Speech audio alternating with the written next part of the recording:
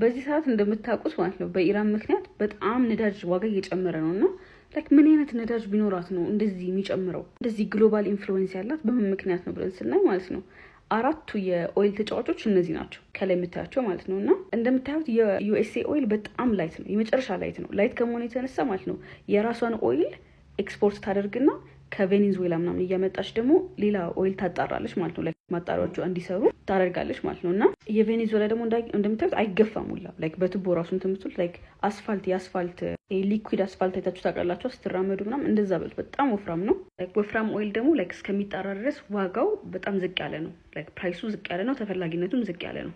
ግን the biggest reserve ያላት እሷ በቃ ወደ 300 ምናምን ባረል አላቸው እና which is why የዩኤስኤ አይን ቬኔዙዌላ ላይ ያረፈው ማለት ነው። ላይክ ኦይል ያለበት ሁላ ዩኤስኤ ስለማጠፋ ማለት ነው። እና ሶስተኛ ላይ ደግሞ የምትገኘው ምንድነው የራሻ ኦይል ነው። እና የራሻ ኦይል እንደምታዩት the best quality አይደለም ግን the leastም አይደለም መሀል ላይ አካባቢ ነው። እና አብዛኛውም አገን ወደ ኤዥያ እና ወደ ዩሮፕ ኤክስፖርት የምታደርገው እሷ ናት። ግን ስቲል በጣም ሄቪ ሳንክሽን ይጣልባታል። ለምሳሌ በዩክሬን እና በራሻ ዋር ምክንያት ዩኤስኤ ሳንክሽን አድርጋባት ነበር። እና ምን ያጠቃልላል? ትሬዲንግ ፓርትነሮች ከሆኑ ሰዎች ጋር እንዳትገበያይ ማድረግ ይችላሉ፣ በኢንሹራንስ ማድረግ ይችላሉ፣ በሺፒንግ ማድረግ ይችላሉ ምናምን ነገር ማለት ነው። ፋይናሊ ደግሞ መጨረሻ ላይ የኢራን ኦይል አለ። የኢራን ኦይል ምንድነው ስፔሻል የሚያደርገው? በጣም ላይተስት አይደለም እና የመጨረሻ ፍሬንድሊ ነው። ላይክ ሪፋይነሪ ፍሬንድሊ ነው፣ ይወዱታል። ላይክ የኤዥያ እንትኖች የቻይና ምናምን ማኒፋክቸሪንግ ካምፓኒዎች ይወዱታል፣ ይስማማቸዋል።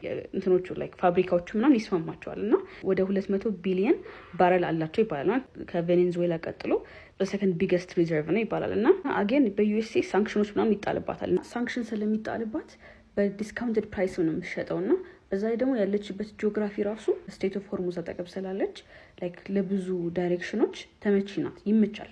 እና ለዛ ነው ተመራጭ የምትሆነው ማለት ነው። ሀሳብ ካላችሁ ኮሜንት ሴክሽን ስራ አስቀምጡት።